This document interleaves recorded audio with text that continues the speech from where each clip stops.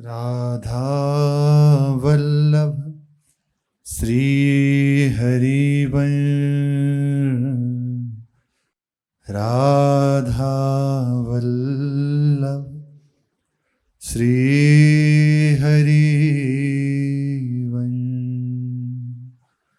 सत्प्रेम सिंधु मकरंद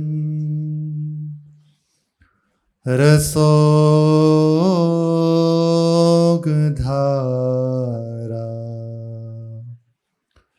सारा नजस्रमभित स्रवदाश्रितेषु।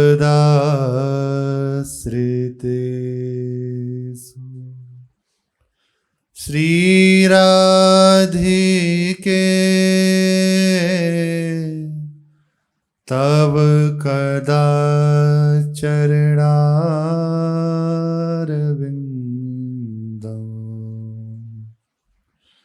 गोविंद जीवन धनो शिरसा वहामि। गोविंद जीवन धनो शिरसा वहामि।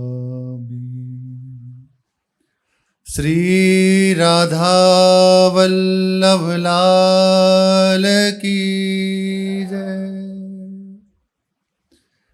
तदर्पिता अखिलाचार्यता तद्विस्मरणे परम व्याकुल तेति। अपने समस्त कर्मों को अपने आराध्य देव को समर्पित कर देना और निरंतर उनके स्मरण में मगन रहना। यदि ऐसा भान हो जाए कि एक क्षण भी मैं स्मरण भूल रहा हूं तो ऐसी अवस्था हो जाए जैसे जल से निकाली हुई मछली। ये परम उच्च अवस्था है। यही परमार्थ की परम उपलब्धि है। परमार्थ जैसा गुरुजनों से सुना गया है चिंतन का विषय है। बहुत भागने दौड़ने क्रिया इसका विषय नहीं है, चिंतन का विषय है। आप बहुत क्रियापरायण हैं पर चित्त संसार में लगा हुआ है, भगवान में नहीं लगा हुआ तो खास बात नहीं है। शरीर से क्रियाएं संसार की हो रही हैं लेकिन चित्त प्रभु में लगा हुआ है, महामहिमाशाली है। पूज्यपाद उड़िया बाबा जी अपने परिकर के साथ एक बार मधुकरी के लिए कहीं गए हुए थे। तो वहां एक घर में जब पहुंचे तो देखा उस गृह के जो स्वामी हैं वे घर से बाहर बैठे हुए हैं और हाथ में माला है। बड़ा तेजस्वी मुखारविंद, मुखमंडल पे तेज चमक रहा है। बाबा बड़े प्रभावित हुए ने देखकर और समझ गए ये भगवत प्राप्त महापुरुष हैं। बाबा ने कहा कि आपकी अवस्था कैसे हुई, इतना तेज, इतनी दिव्यता आपके अंदर है, ये कैसे हुई? प्रथम कहा भगवान की कृपा, फिर कहा निरंतर भगवान नाम का जप और प्रभु को समर्पित प्रत्येक चेष्टा, इससे मेरी ये अवस्था है। तो बाबा ने अपने परिकर को सुनाने के लिए कहा उन्हीं गृह स्वामी से कि फिर तो स्वामी जी आपको अब तीर्थ के लिए पधारना चाहिए, आप किसी तीर्थ का आश्रय लीजिए, वहाँ रहिए। तो श्री उड़िया बाबा से उन जो गृह के स्वामी थे महापुरुष से उन्होंने कहा कि बाबा आप पूछना चाह रहे हैं इसीलिए कह रहा हूँ। जिनका चित्त भगवान के चरणों में आठों प्रहर समर्पित है, जो अहरनिश प्रभु का चिंतन करते हैं, जिनके तन मन प्राण शरीर से, वाणी से, मन से प्रत्येक चेष्टा प्रभु की प्रसन्नता के लिए होती है। उनके पग पग पर तीर्थ होता है, उन्हें तीर्थ जाने की आवश्यकता नहीं, वो घर में रहते हुए भी तीर्थ स्वरूप हो जाते हैं। बाबा बहुत प्रसन्न हुए। बाबा ने दिखाया, देखो वैराग्य धारण करने पे भी अवस्था प्राप्त करना बड़ा कठिन है, लेकिन घर में रहते हुए ऐसी अवस्था को प्राप्त हो गए हैं, वंदनीय है, परम वंदनीय अवस्था। कैसे? बस इतनी सी ही बात, ये सूत्र सार समझ लीजिए, संपूर्ण शास्त्र का निचोड़ समझ लीजिए, परमार्थ का सार बात इसको समझ लीजिए। तदर्पिता अखिलाचार्यता तद विस्मरणे परम व्याकुलतेति। निस्वार्थ भाव से समस्त दैहिक, वाचिक और मानसिक कर्मों का आचरण करना, यदि किसी कारणवश क्षण भर के लिए भी उनका अपने प्रभु का चिंतन छूट जाए तो जल से निकाली हुई मछली से भी अनंत गुना अधिक व्याकुलता का अनुभव करना, यही सर्वोच्च भक्ति है। ऐसा पूर्ण समर्पणकारी प्रेमी भक्त त्रैलोक्य के राज्य सुख की तो बात ही क्या, अब कह तो दिया त्रैलोक का सुख, एक देश का, एक राज्य का, एक जिले का, एक नगर का, अरे एक घर का नहीं छोड़ा जाता। त्रिभुवन का राज्य, त्रिभुवन, ऊपर के समस्त लोग, नीचे के समस्त लोग, भूमंडल का राज्य है, साधारण बात है। लेकिन जिसके हृदय में भगवान से अनुराग हो गया है वो देखता ही नहीं। प्रसंग आता है श्री वाल्मीकि जी रामायण में, भगवान के अनुराग में डूबे हुए श्री भरत जी महाराज, आहा कैसी अद्भुत अवस्था है। जब प्रभु को मनाने के लिए सब परिकर जाते हैं तो भरद्वाज जी के आश्रम पहुंचते हैं, भरद्वाज जी मिलते हैं, भरद्वाज जी देख के समझ जाते हैं कि ये महान राम प्रेम समुद्र का सार है, ये श्री भरत जी राम प्रेम के समुद्र हैं। कहते भी हैं स्वयं, हमारा मत यही है कि मानो राम प्रेम ही मूर्तिमान भरत जी के रूप में विराजमान है। अद्भुत श्री भरत जी, अद्भुत श्री भरत जी महाराज, अद्भुत। बस क्या कहें, प्रेमियों की चर्चा नहीं होती है, शब्द ही नहीं है, क्या चर्चा करोगे आप। बस ऐसा ही समझ लीजिए, कुछ कहना चाहते हैं पर शब्द ही नहीं है। अद्भुत श्री भरत जी महाराज, आंखों से निरंतर अश्रुपात, वाणी से निरंतर अपने आराध्य देव का सुमिरन, उनके नाम का स्मरण, और चित्त सदैव उनके चरणों में चिपका हुआ है। जिस समय श्री भरत जी महाराज सिया राम ऐसा पुकारते ना, अयोध्या जी की शिलाएं द्रवित होने लग जाती। कैसा महामहिमा में स्वरूप होगा प्रेम का, ऐसे महापुरुष श्री भरत जी महाराज। ऐसा जो प्रेमी जन है, विद्ध जन है, वे कहते हैं कि भगवान यदि बन गए हैं ना, तो मुख्य प्रयोजन ये नहीं कि असुरों को मारना है और मिलना है, श्री भरत जी के प्रेम को प्रकाशित करना है, इस समुद्र का मंथन करके ऐसे दिव्य रत्न को प्रकट करना, यही मुख्य है वन गमन का प्रयोजन। श्री भरत जी महाराज जब श्री भरद्वाज जी ऋषि से मिलते हैं तो श्री भरद्वाज मुनि जी ने ब्रह्मलोक का वैभव प्रकट कर दिया कि भगवान के अनुरागी जन हैं ये सब, इनकी सेवा में ब्रह्मलोक के वैभव, अप्सराएं, संपत्ति, सेवक जन सब, रत्न सिंहासन, ऊंचे ऊंचे गगनचुंबी महल, देवराज इंद्र भी ललचा रहे थे उस वैभव को देख के, क्योंकि रिद्धि सिद्धि संपन्न श्री महर्षि। बहुत प्रार्थना की कि आप विराजिए, तो सबको यथा योग्य स्थान दिया।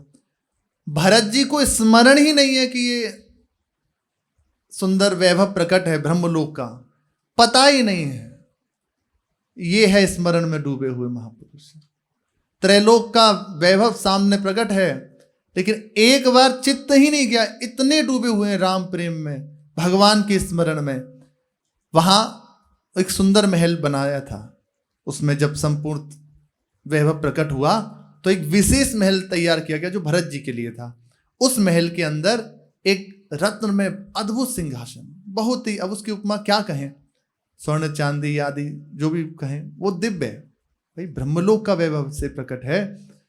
वो सिंहासन श्री भरत लाल जी के लिए था। भरत जी को जैसे तैसे लेके जाया गया अंदर। अभी तक ये पता नहीं कि ये वैभव सब हमारी सेवा के लिए प्रकट हुआ है, अभी तक स्मरण नहीं है। लेके गए, अंदर ले गए। भरद्वाज ऋषि साथ हैं और भी गुरुजन हैं। सिंहासन पे दृष्टि पड़ी, भरत जी भावुक हो गए। अब सबको दिखाई दे रहा है खाली सिंहासन, और भरत जी के नेत्रों से अश्रुपात होने लगा। देखो यह गाढ़ चिंतन की अवस्था, चित्त इतना डूब गया कि सुधी नहीं है बिल्कुल बाहर। बीजना मंगाया, पंखा, और उसी सिंहासन के समीप नीचे जो पायदान होता है, पाद पीठ होती है, वहां बैठ गए। अब बाहर से दिखाई दे रहा है खाली सिंहासन है और पंखा कर रहे हैं भरत जी महाराज। सब लोग देख रहे हैं कि सिंहासन खाली है, भरत जी पंखा कर रहे हैं, पता नहीं क्या है, लेकिन चिंतन में इतने डूबे हुए हैं। उन्हें साक्षात दिखाई दे रहा है मेरे आराध्य देवयुगल सरकार श्री सीताराम जी महाराज विराजमान हैं और उन्हीं को पंखा कर रहे हैं। आंखों से अश्रु बह रहे हैं, मुख से नाम का रटन हो रहा है और पंखा चल रहे हैं। ऐसी अवस्था, उन्हें यही सुधि नहीं कि ये वैभव हमारे लिए, कब रात्रि बीत गई सुधि नहीं। ये भी भूल गए श्री भरत जी महाराज कि भगवान वन गमन कर गए हैं, याद ही नहीं उन्हें। बस ये दिखाई दे रहा सामने मेरे प्रभु ये सिंहासन पे विराजमान और मैं पंखा कर रहा। ये है स्मरण की अवस्था, ये है त्रैलोक्य का वैभव प्रकट है, लेकिन उसकी ओर दृष्टि नहीं। मोक्ष के लिए भी किसी हालत में अपने प्रियतम भगवान का स्मरण छोड़ना नहीं चाहता।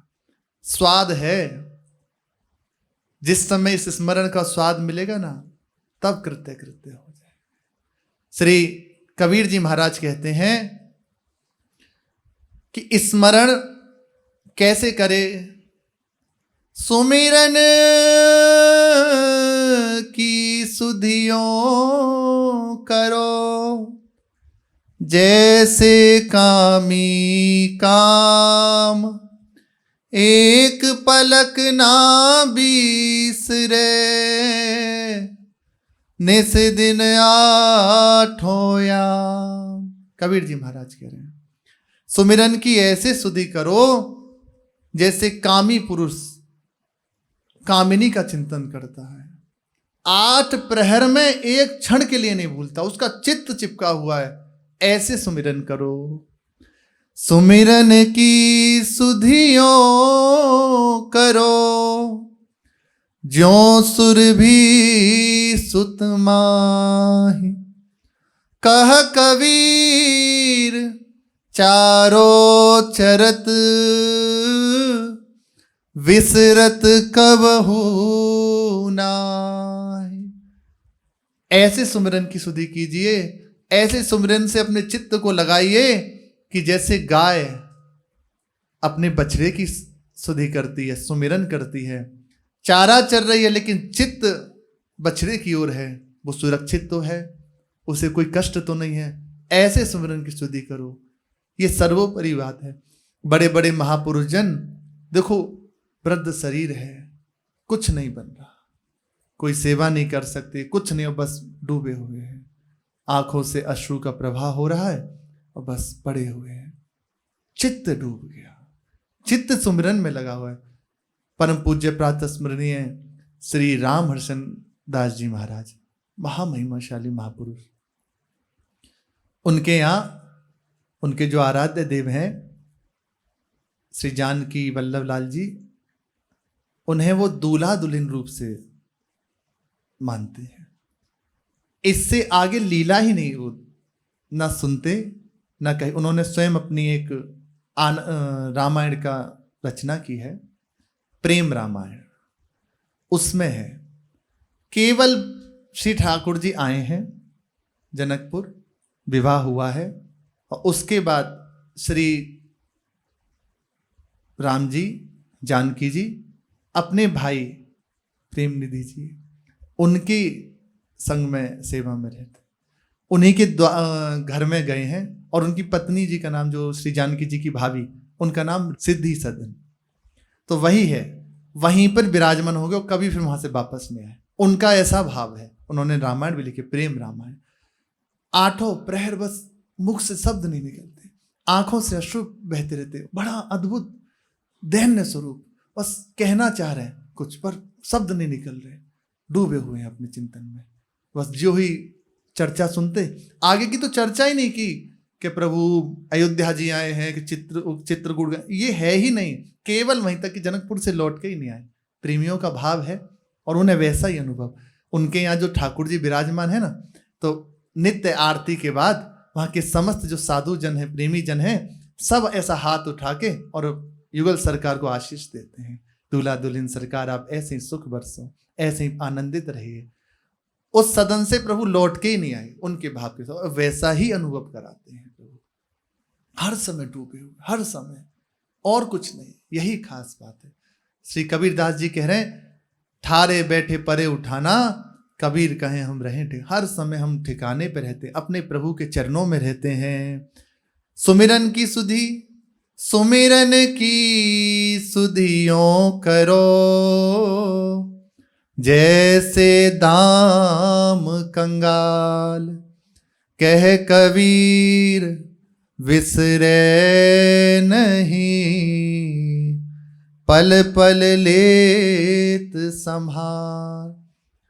जैसे कंगाल, उसका चिंतन केवल धन को बढ़ाने में लगा रहता है, कैसे पैसा बचा लूं उसी में लग रहा है, 8 प्रहर सब कुछ करते, उसका चित्त उसी में चिपका हुआ है। ऐसे सुमिरन की सुधि करो, सुमिरन सो मन लाइए, जैसे नाद कुरंग, कह कबीर विसरे नहीं, प्राण तजे तेहि संग। ऐसे सुमिरन करो जैसे हिरन को आसक्ति होती है संगीत से, प्राण त्याग देता है। इतना प्रेम, ये जो कस्तूरी निकलती है ना, जो असली कस्तूरी है, ऐसा कहते हैं, काले वर्ण का हिरन होता है, उसकी नाभि में होती है, तो उसको जो शिकारी है वे सुंदर वादन करता है, उसकी धुन में आकृष्ट होकर हिरन आता है, आके उसके पास बस खड़ा हो जाता है और वो संगीत बजा रहा है, देख रहा है हिरन उसके पास अस्त्र है, इससे मृत्यु हो जाएगी, लेकिन इतना आसक्त है संगीत में कि प्राण छूट जाए, लेकिन उस समय जो उसे सुख मिल रहा है संगीत वो ना छूटे, प्राण त्याग देता है, लेकिन ऐसा सुमिरन करता है। ऐसे सुमिरन करो, सुमिरन सो मन लाइए, जैसे दीप पतंग, प्राण तजे छिन एक में, जरत न मोड़े अंग। आहा, ऐसे सुमिरन प्रभु का करो, ये प्रीति का विषय है, ये आसक्ति का विषय है, ये अपनेपन का विषय है, ये दृढ़ राग का विषय है।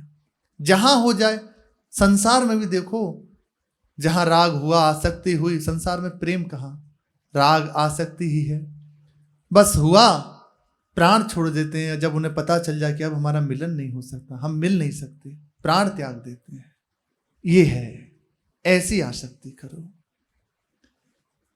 कबीरदास जी कह रहे हैं, ऐसी आसक्ति करो जैसे दीप से पतंगा करता है, देख रहा है कि शिखा दीप की जल रही है, प्रज्वलित हो रही है, और कीट उसमें जाकर भस्म हो गया, प्राण त्याग दिए, लेकिन फिर भी उसे ज्योति से प्रेम है, उस ज्वाला से प्रेम है, अपने प्राणों का आहुति दे देता है, जल जाता है, लेकिन मुड़ता नहीं। सुमिरन सो मन लाइए, जैसे कीट भिरंग, कबीर बिसारे आपको, होए जाए ते ही रंग। होंगे। ऐसे ही सुमिरन करो अपने प्रभु का, जैसे कीट, भृंगी कीट किसी जीव को लाता है और उसे भयवश अपना चिंतन कराता है, उसके चिंतन के प्रभाव से बिना शरीर छोड़े और वो भृंगी कीड़ा बन जाता है। ऐसे सुमिरन करो, आहा, ऐसे अपने आराध्य देव का चिंतन करो। और ऐसा है, भक्तमाल जी में एक चरित्र आता है, एक उपासक हुए, वे अपने भगवान श्री नारायण देव जी के उपासक थे। इतना गाढ़ चिंतन उन्होंने किया कि चतुर्भुज स्वरूप हो गए। प्रसंग आता है वक्त में, चतुर्भुज स्वरूप हो गए। फिर बाद में भगवान ने दर्शन दिया और अपने नित्य पार्षदों में ही उन्हें सम्मिलित कर लिया। शरीर छोड़े बिना ही इसी शरीर से चतुर्भुज स्वरूप हो गए। भगवान का इतना गाढ़ चिंतन किया। कबीरदास जी कह रहे ऐसे चिंतन करो कि अपने आप का विस्मरण हो जाए, अपना आपा छूट जाए और स्वरूप आराध्य देव का हो जाए। केवल प्रभु प्रभु छाए हैं, अपनी सुधि नहीं। सुमिरन सो मन लाइए, जैसे पानी मीन, प्राण तजे पल बिछुड़े, संत कबीर कह दीन। ऐसे सुमिरन से मन लाओ, ऐसा चिंतन प्रभु का करो कि जैसे मछली करती है। बिल्कुल प्रीति नहीं जल की मछली से, लेकिन मछली का प्राण है जल। जल त्याग दे उसे कोई परवाह नहीं, लेकिन मछली का यदि जल से विछोह हो जाए तत्काल प्राण त्याग देती है, वो जीवित नहीं रहती। ऐसे सुमिरन से मन लाइए, ऐसा चिंतन कीजिए, ऐसे चित्त को लगाइए। जब अपना कोई नहीं रहता ना, केवल प्रभु हैं, वो करुणा करें। ये बात हमें समझा दें कि केवल सच्चे हितैषी हमारे परम श्रेष्ठ श्री भगवान हैं, उनके सिवा हमारा कोई और नहीं है। जिस क्षण, जिस दिन, जिस समय ये बात हृदय में आ जाएगी तो आपके हृदय में चिंतन स्वतः होने लग जाएगा। चिंतन करना नहीं पड़ेगा, आप जी नहीं सकते। प्रभु के सिवा कोई और है नहीं तो किसका चिंतन करें। अभी सब कुछ अपना माने हैं, हम कहते जरूर हैं कोई हमारा नहीं, लेकिन बहुत है संसार में, सब भरमार है, सबको अपना माने हुए हैं, शरीर को अपना माने हुए हैं, एक एक वृत्ति को अपना माने हुए हैं। तो वही अंदर चलता रहता है, वही संसार का चिंतन चलता रहता है। ऐसी अवस्था है, इसलिए भगवान का चिंतन पहाड़ लगता है। कैसे चिंतन करें, कैसे करें, बहुत कठिन है। लेकिन जिनका प्रभु के सिवा कोई और नहीं, श्री मीरा जी कह रही हैं, मेरे तो गिरधर गोपाल दूसरों न कोई, दूसरा है ही नहीं कोई मेरा। तो कहाँ चित्त जाएगा, केवल प्रभु में चिपक के रह जाएगा। ऐसी अवस्था हो जाएगी कि बस जी नहीं सकते। सुमिरन से मन लाइए। जब तक हमें ऐसी अवस्था प्राप्त ना हो तब तक नाम को बस जिह्वा से हटने ना दें। नाम कृपा करके ऐसी अवस्था प्रदान कर देगा। भगवान ऐसे भक्त की प्रशंसा करते हुए उद्धव जी से कहते हैं, ना तथा में प्रियतम आत्मयोनिर न शंकरा, न च संकर्षणो न श्रीर नैवात्मा च यथा भवान, निरपेक्षम मुनिम शांतम निर्वैरम समदर्शनम, अनुब्रजाम्यहम नित्यम पूये यत्यंग्रिरेणु भी, निष्किंचना मय्यनुरक्त चेतसा, शांता महांतो अखिल जीव वत्सला, कामेर नालब्ध धियो जुसंति यत् तन्निरपेक्षम न विदुः सुखम मम। हे उद्धव, इस प्रकार के तुम भक्त मुझको जैसे प्रिय हो, वैसे प्रिय ब्रह्मा जी, शंकर जी, बलराम जी, लक्ष्मी जी और अपनी आत्मा भी नहीं है। ऐसे किसी वस्तु की इच्छा न रखने वाले, शांत चित्त, निर्वैर, सर्वत्र संभाव से मुझको देखने वाले और निरंतर मेरा मनन करने वाले प्रेमी भक्तों की चरण रस से अपने को पवित्र करने के लिए मैं सदा सर्वदा उनके पीछे पीछे घूमा करता हूँ। मुझ में चित्त को अनुरक्त कर रखने वाले, सर्वस्व मुझको अर्पण करने वाले भगवान कह रहे हैं, कोई और नहीं कह रहे। कोई और भी कहें तो भगवान की ही वाणी है, लेकिन स्वयं इस समय भगवान कह रहे हैं श्री उद्धव जी से कि मुझ में अपने चित्त को अर्पित कर दिया है, मेरे में अनुरक्त हैं, अकिंचन बने हुए ऐसे शांत और मेरे नाते सब जीवों के प्रति स्नेह करने वाले, सब प्रकार की कामनाओं से शून्य हृदय वाले, जिस परम सुख का अनुभव करते हैं उस निरपेक्ष परमानंद को दूसरे लोग जानते ही नहीं। वे क्या है जानते ही नहीं। श्री नारद जी के मत से यही भक्ति है। नारद जी जो कह रहे हैं तदर्पिता अखिलाचार्यता तद विस्मरणे परम व्याकुलतेति। ऐसा भक्त समस्त आचरण श्री भगवान के अर्पण करके सौलभ्य भी है। बता रहे हैं कैसे इस स्थिति को प्राप्त कर सकते हो। समस्त आचरण, अब और गंभीरता से समझे, इसमें ऐसा नहीं कि ये करना ये नहीं करना, स्वभाव बस, अनंत जन्मों की स्वभाव बस, कर्म बस, व्यवस्था बस, जो भी हो जाए सब प्रभु को समर्पित। दूसरा हमारा प्रभु के सिवा कोई और नहीं है। अब गलती भी हो रही है प्रभु आप देख लीजिए, अच्छा हो रहा है प्रभु आप देख लीजिए, बस। ऐसा भक्त निश्चित उसके हृदय में ऐसी सामर्थ्य आ जाएगी, क्योंकि प्रभु को सर्वस्व समर्पित कर रहा है तो बचा ही नहीं कुछ। हर समय प्रभु के चिंतन में डूबने लगेगा। प्रभु करुणा करेंगे, उसके हृदय में अपनी झांकी का अनुभव कराएंगे, दिखाने लगेंगे। भगवान के अर्पण करके समस्त आचरण अविच्छिन्न रूप से भगवत स्मरण करता रहता है और कहीं तनिक भी भूल जाने पर परम व्याकुल हो जाता है। अस्तेवमेवं, ठीक ऐसा ही है। नारद जी महाराज अपने इस भक्ति सूत्र की पुष्टि कर रहे हैं, ठीक ऐसा ही है। आगे उदाहरण दे रहे हैं। यथा ब्रज गोपिका नाम, श्री भाईजी महाराज का पावन प्रसंग चल रहा है।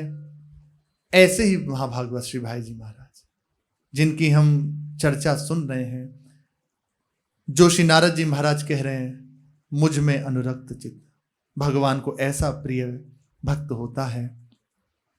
ऐसे ही श्री भाईजी महाराज हैं। भाईजी महाराज ने एक सुंदर व्याख्यान तैयार किया, क्योंकि अग्रवाल मारवाड़ी सभा में उसको वहाँ की जो स्वागत अध्यक्ष थे, स्वागत अध्यक्ष, उन्हें बोलना था। तो 24 घंटा था तैयार करना, फिर उसको छपवाना और फिर बोलना। तो ये कार्य भाई जी को सौंप दिया गया। भाई जी ने बड़े गंभीर स्वरूप से उसे तैयार किया, छपवाया और उन महानुभाव को दे दिया जिन्हें ये भाषण देना था। रात में लिखकर और अगले दिन उन्हें दे दिया। अधिवेशन के में उस भाषण को कहा गया जो भाई जी ने तैयार किया था। सबको बड़ा सुंदर लगा वो भाषण। अनुरागी के द्वारा जो कुछ होता है ना, भगवान के भक्त के द्वारा जो होता है वो परम प्रिय होता है, वो सबका मंगल करने वाला होता है, सबको सुख पहुंचता है उससे। कोई प्रयास नहीं करता भक्त, लेकिन उसकी एक एक चेष्टा जगत मंगल के लिए ही होती है। अधिवेशन में श्री घनश्याम दास जी बिरला भी आए हुए थे। ये भाई जी के बचपन के मित्र थे, पर विचारों के मतभेद के अनुसार थोड़े अलग अलग रहते थे। इन्हें भी बड़ा अच्छा लगा भाई जी के द्वारा ये जो भाषण तैयार किया गया था, बहुत सुंदर लगा। अधिवेशन जब समाप्त हुआ तो भाई जी से आए और मिले और कहा, भाई तुम लोगों के विचार क्या हैं, कैसे हैं, कहाँ तक ठीक हैं, इसकी आलोचना हमें नहीं करनी है, पर इसका प्रचार जगत में तुम लोगों के द्वारा हो रहा है, जनता इसे दूर तक मानती भी है।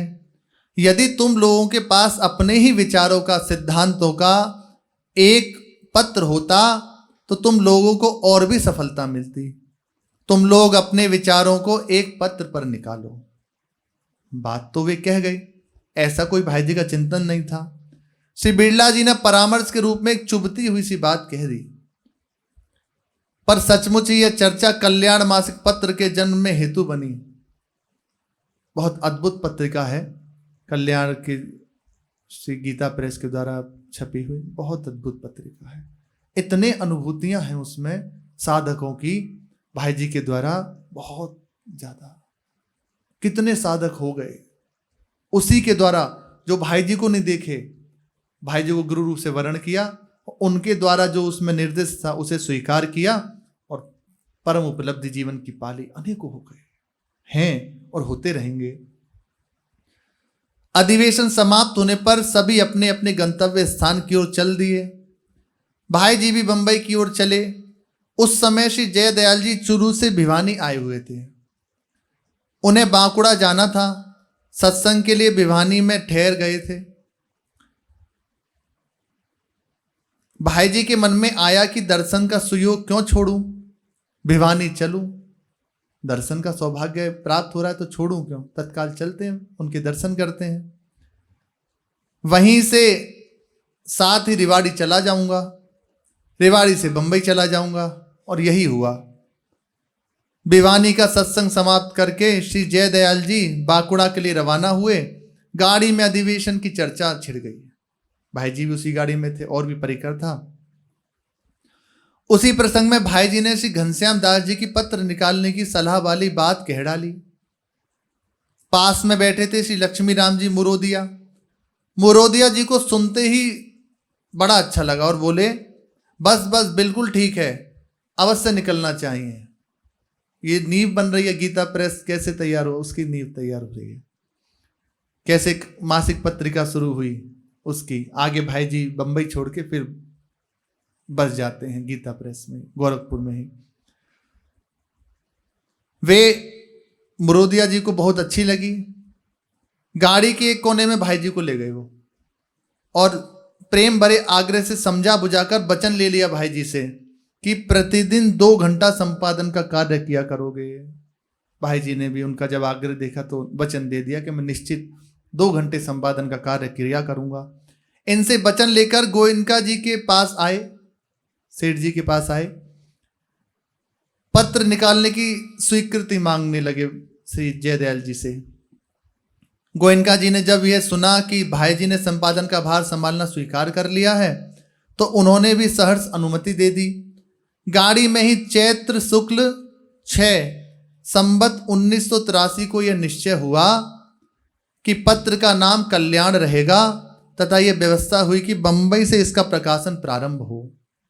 पास बैठे हुए सत्संगियों में आनंद का पारावार ना रहा। देखते ही देखते गाड़ी रेवाड़ी आ पहुंची। गोयनका जी बांकुड़ा की ओर चल पड़े और भाई जी बंबई की ओर। हृदय में एक नई सेवा का भाव, नया प्रेम, नई उमंग लेकर बंबई आ पहुंचे। कल्याण की तैयारी आरंभ हुई। सबसे पहले उसके रजिस्ट्रेशन का प्रश्न था। इस क्षेत्र का अनुभव तो इन्हें था नहीं भाई जी को कि कैसे क्या होता है, अतः किंचित विचार में पड़ गए, क्या करूं। पर जिन विश्व सूत्रधार प्रभु को कल्याण निकलवाना अभिप्रेत था, उन्होंने अपने आप सारा संयोग लगा दिया। इन बातों से एक बात पता चलती है, हमारा जीवन प्रभु के चरणों में समर्पित है। हम उनके द्वारा चलाए जा रहे हैं। अगर निश्चिंत होना है तो इस बात को स्वीकार कर ले, प्रभु को जब जो कराना होगा करा देंगे। मुझे जब जो अवस्था प्रदान करनी होगी वो करा देंगे। और अभी जो सेवा दिए बस उसमें लग जाए। जब मुझे उन्हें रुलाना होगा अपने लिए तो रोना दे देंगे, बिल्कुल निश्चित वही देते हैं। उनकी इच्छा है अब रो तो रोने लग जाओगे। उनकी इच्छा है अभी तुम्हारे हृदय में प्रतिकूलता चले, प्रतिकूलता शुरू हो जाएगी। आप खूब सूत्र लगा लो, एक भी काम नहीं करेगा। आप छोड़ दो, आपका हूं, आपको जब जैसे रुचि लगे, आपके हाथ का खिलौना हूं।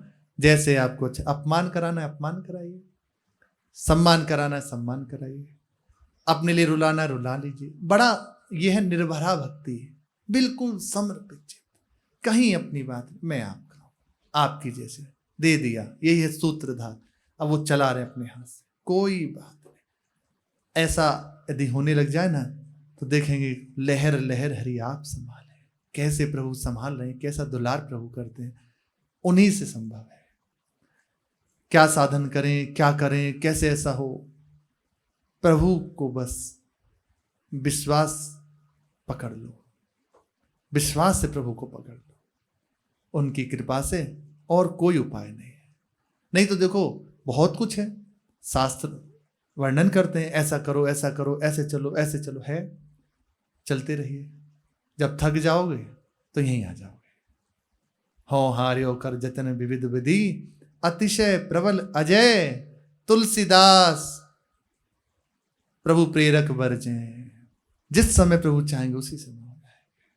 मेरे बनाए न बनेगी कोटि कल्प लो, आपके बनाए बनेगी पल पांव में, एक क्षण में। रामचरितमानस तैयार की गोस्वामी जी ने, श्रम हुआ, पूर्णता में लिख रहे हैं, सुंदर सुजान, पूर्णता में लिख रहे हैं। जब रामचरितमानस पूर्ण हो गई, सुंदर, एक एक शब्द ध्यान से सुने, सुंदर सुजान कृपा निधान, अनाथ पर करे प्रीति जो, सो एक राम अकाम हित, निर्वाण पद सम आन को। केवल प्रभु, केवल प्रभु, दूसरा कोई नहीं।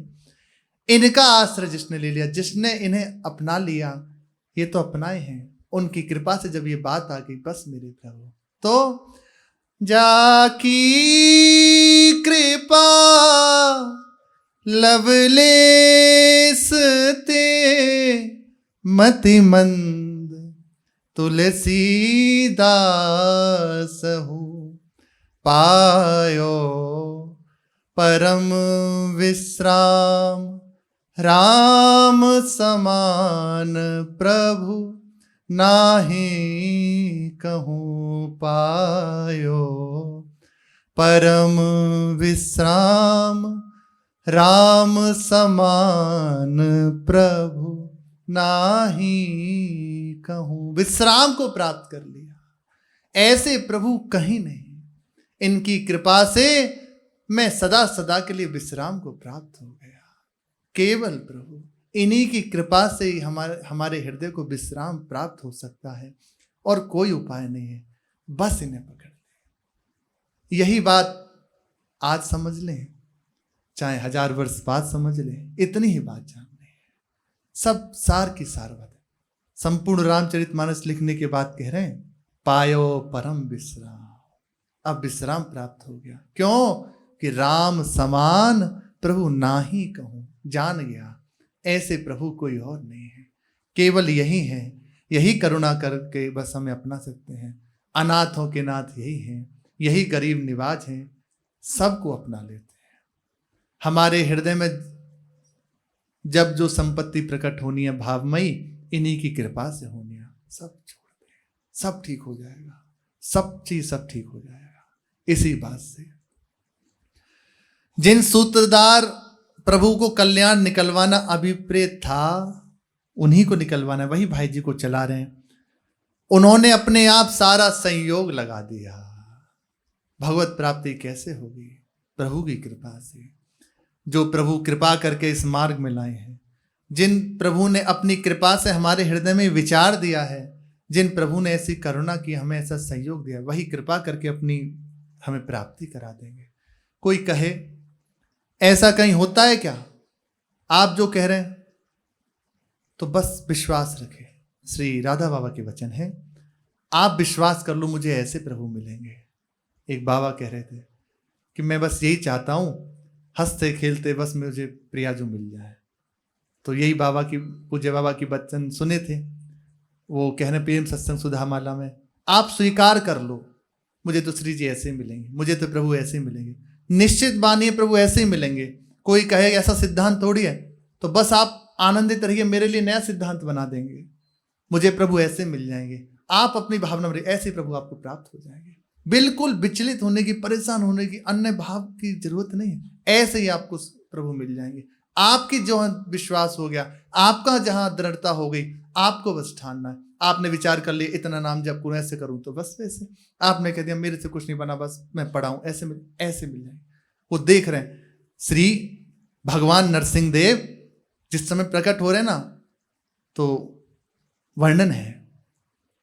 श्री प्रहलाद जी महाराज कह रहे हैं हिरण्यकशिपु से, भगवान तुम में भी हैं। उंगली का इशारा देख रहे हैं प्रभु उस समय कि मेरे भक्त कहाँ से कहे कि यहां से उन्हें प्रकट हो जाऊं, उंगली का इशारा देख रहा हूं। ऐसे ही प्रहलाद जी कह रहे हैं, तुम में है, इस खड़ग में है, इस खंभ में है, मुझ में है, ऐसे उंगली। तो मानो प्रभु ऐसे घूम रहे हैं, खड़ग में, हिरण्यकशिपु में, खंभ में, उनमें सर्वत्र विराजमान है। लेकिन प्रभु कहना कब प्रकट हूं, कब ये हमें कहे और तत्काल में प्रकट हो जाऊं, ऐसे बस इशारे कर रहे हैं। जब उसने कहा इस खंभे में है, हाँ इसी खंभे में है, और जो ही घूसा मारो तो प्रचंड रूप भगवान का, इसे करुणा रूप कहते हैं प्रभु का।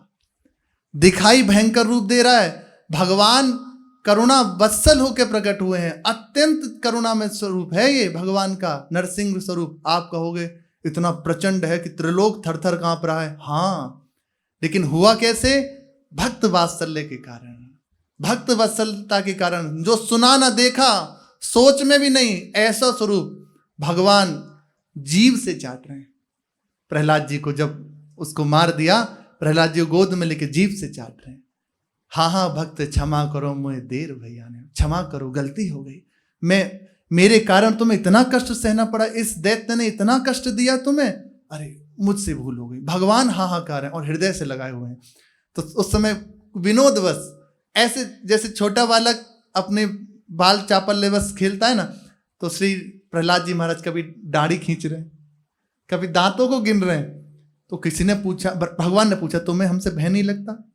बोले प्रभु भय क्यों करना, माँ से पुत्र को भय होता है, मेरे तो जो कुछ हो सो आप, मैं जानता हूं आप हो, किसी रूप में आओ आप ही हो। हृदय से लगा लिया, भगवान हृदय से लगाए हुए हैं। भय जैसा भक्त चाह ले, जिस समय चाह ले, ऐसा तो भगवान समस्त विधानों को अलग कर देते हैं। वैसे ही जैसा भक्त, भक्त वाणी ही सो प्यार है। प्रियादास जी कह रहे हैं, भक्त कह दे ऐसा होगा तो निश्चित मानिए ऐसा हो जाएगा, क्योंकि भगवान भक्त की अधीन है, भक्त वाणी के अधीन है। कोई प्रेमी जन कह देना निश्चिंत हो जाओ, ऐसा सब हो जाए, निश्चिंत मानिए ऐसा हो जाएगा, क्योंकि भगवान उसकी वाणी की रक्षा करेंगे। अर्जुन जी से कह रहे हैं, कौन्तेय प्रतिजानी ही नामे भक्ता प्रणश्यति। इसमें जो टीकाकार हैं, इसकी टीका करते हुए कहते हैं कि भगवान उस समय कह रहे हैं, तुम दृढ़ता पूर्वक इस बात को स्वीकार कर लो और तुम प्रतिज्ञा करो, क्योंकि अर्जुन जी की प्रतिज्ञा प्रसिद्ध है, मेरे भक्त का विनाश नहीं होता, चाहे जो हो जाए, चाहे जैसा हो जाए, निश्चित मानिए भक्त को मैं संभालता हूं। प्रतिज्ञा करा रहे हैं उनसे, भक्त से, ताकि मानो अपनी प्रतिज्ञा को कई बार छोड़ भी देते हैं। छोड़ दिया भीष्म जी के लिए, लेकिन भक्त की प्रतिज्ञा, अपना प्रण छोड़ दिया। भक्त की प्रतिज्ञा नहीं छोड़ सकते प्रभु, भक्त के लिए अपना प्रण त्याग देते हैं। इसलिए कह रहे हैं, तू प्रतिज्ञा कर, मेरे भक्त का विनाश नहीं होता। बस दृढ़ता कर लेनी, मेरे प्रभु, मेरे प्रभु, जिस समय जैसा चाहेंगे वैसा हो जाएंगे, सारा संयोग बना देंगे। बस ऐसा विश्वास हमारे हृदय में हो जाए। सत्संग की यही बात है, निरंतर हमारे हृदय में भगवत विश्वास पुष्ट हो जाए, भगवान से प्रीति हो जाए। शेष चर्चा आगे। श्री राधा वल्लभ लाल की जय।